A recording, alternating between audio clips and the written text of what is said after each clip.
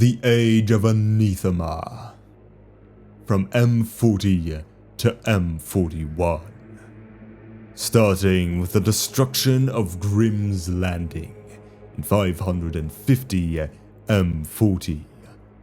One of the first and most reliable of the Dark Angel's recruiting worlds, Grim's Landing, is destroyed in an uprising, instigated by the Alpha Legion and supported by elements of the Night Lords. The Angels of Vengeance respond, fighting through wave after wave of renegades, cultists, and madmen. Finally, despite massive casualties, they exterminate every living thing on the surface of Grim's Landing.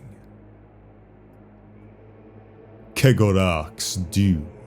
In M40, the Dark Angels track the fallen known as Nejik to the world of Vrydos. They run their quarry to ground just as he is about to escape through a webway portal. However, the Dark Angels' efforts at capture are foiled when a sizable band of Harlequins burst from the portal. Fighting furiously, the Harlequins hold the wrathful Space Marines at bay long enough to snatch Nejik and drag him into the labyrinth dimension. The Macarian Heresy in 405 M41. Over 3 standard decades, the Dark Angels are one of the Space Marine chapters tasked with suppressing the civil wars collectively known as the Macarian Heresy, that are ongoing across many of the territories gained by the Imperium during the Macarian Crusade of the Lord Solar Alpharius. The Ravenwing uncovers several corrupt cults, largely instigated by the Alpha Legion, and the unmistakable signs of Cypher's presence. The Deathwing are deployed in response, and several of the Fallen are captured amid the ensuing carnage.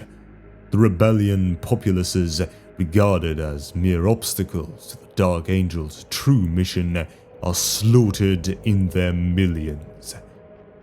During the Lythanos uprisings, only a run-in with the Space Wolves allows several of the Fallen to escape the Dark Angel's grasp. The Fourth Quadrant Rebellion, from 775 to 780 M41. The Dark Angels were one of a dozen Space Marine chapters that took part in the suppression of multiple revolts and secessionist outbreaks, which set ablaze nearly a full quarter of the Segmentum Solar and outlying star systems, which was known as the Fourth Quadrant Rebellion. These brushfire conflicts proved difficult to stamp out, not least because there was no single enemy or common cause behind them, but rather countless long-standing grudges and the fruits of many centuries of misrule and savage oppression by a series of corrupt imperial planetary governors. These civil conflicts were quickly made all the worse by the opportunist attacks of Chaos cults, renegades and Xenos forces taking advantage of the widespread anarchy the rebellion engendered. Mystery shrouds the architects of this catastrophe, but the Dark Angels fight alongside the Imperial Fists to end the threat once and for all. The Hegemonon Revolt.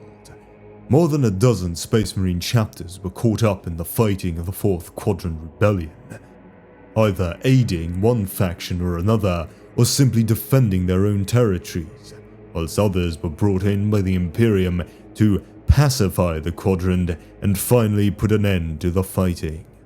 The Dark Angels were deployed to the world of Hegemonon during the Fourth Quadrant Rebellion to put down the rebel forces present on that planet. Rastabal, Assault on the Fortress of Caligar. Grandmaster Samael, a senior member of the Inner Circle, led his first action as the Grand Master of the Ravenwing in the initial invasion of the world of Rastabal during the Fourth Quadrant Rebellion. He followed up this action by his assault upon the fortress of the Pretender, Caligar, whom, it transpired, was one of the fallen, and Samael personally ran the ancient traitor to ground after fighting him in a titanic duel said to have lasted a full day and a night. The Siege of Vrax in 821 M41. Supreme Grand Master Azrael leads nearly half of the Dark Angels chapter during the infamous Siege of Vrax. The Dark Angels force arrived on board the battle barge Angel of Retribution and the strike cruisers Sword of Caliban and Salvation, and a small number of escorts to assist against the forces of chaos that assailed the small Imperial planet.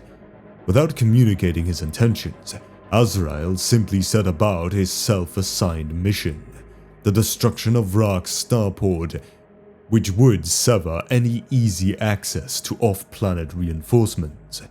Needing no assistance, he saw no reason to involve the Imperial Guard regiments engaged on Vrax. Moving in a lightning assault, the Dark Angels' vanguard was led by Azrael himself. As the Angels' strike force moved through the starport, they unleashed unrestrained destruction upon it. The Dark Angels fought for Vrax's starport for 8 days before Azrael ordered the final assault. Leading elements of the 1st, 2nd, 5th, 8th, and 9th companies, the Supreme Grand Master led his Dark Angels to finish the enemy's resistance and finally overrun the starport.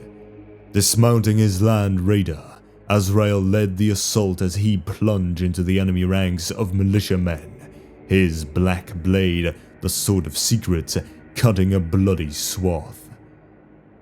As the Dark Angels were about to achieve victory, the duplicitous Alpha Legion sprung their trap.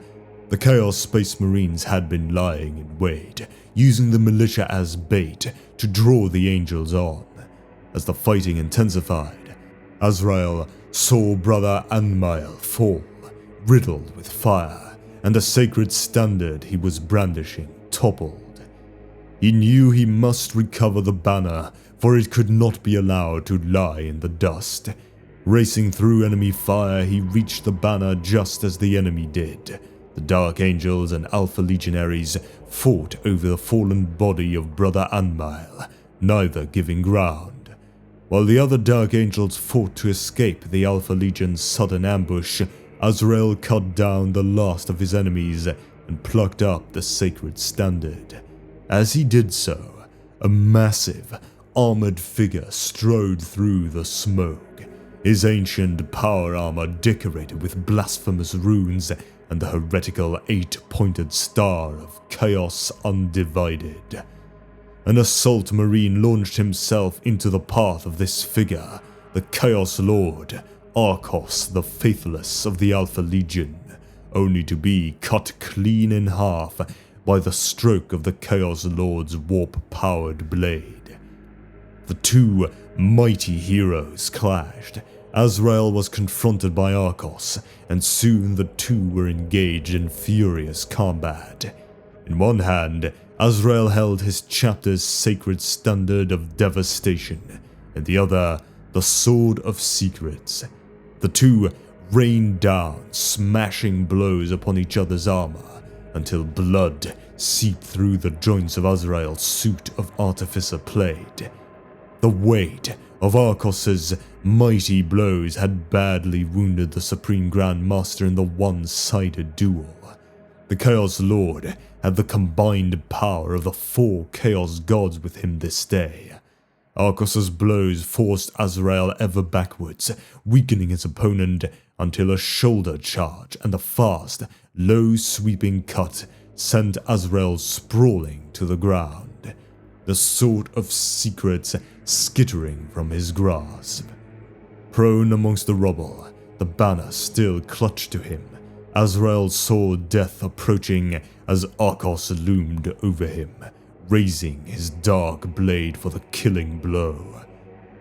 As he reached out to strike the blow that would see Azrael's reign as Supreme Grand Master end, the impacts of an assault cannon sent Arcos staggering backwards. Racing up the street came Deathwing Terminators led by Interrogator Chaplain Belphegor, who, enclosed in his black Terminator armor, charged into Arcos, his Crozius Arcanium swinging. Belphegor managed to strike the traitor to the ground with a blow that cracked his power armor. Arcos fell dazed and bleeding. Concerned for his wounded commander, the chaplain turned to aid him. When he turned back to face Arcos, the traitor had vanished. Though the ambush had inflicted painful losses upon the Dark Angels, the traitors were unable to carry the day, and soon drifted away as they had been recalled by their thwarted commander. The Dark Angels proceeded to hunt down and destroy the remnants of surviving militiamen. Their ambush had inflicted painful losses on the Angels, with the loss of 200 battle brothers, but the traitors could not win this battle alone. The Dark Angels had failed to take a single traitor legionary alive, although their battle barge's cells did contain many captured renegade militiamen who would face the formidable interrogator chaplains on return to the Rock. After 10 days, the starport was securely in the hands of the Angels. They set about destroying the facility with demolition charges. 2 days later, the starport was damaged beyond repair.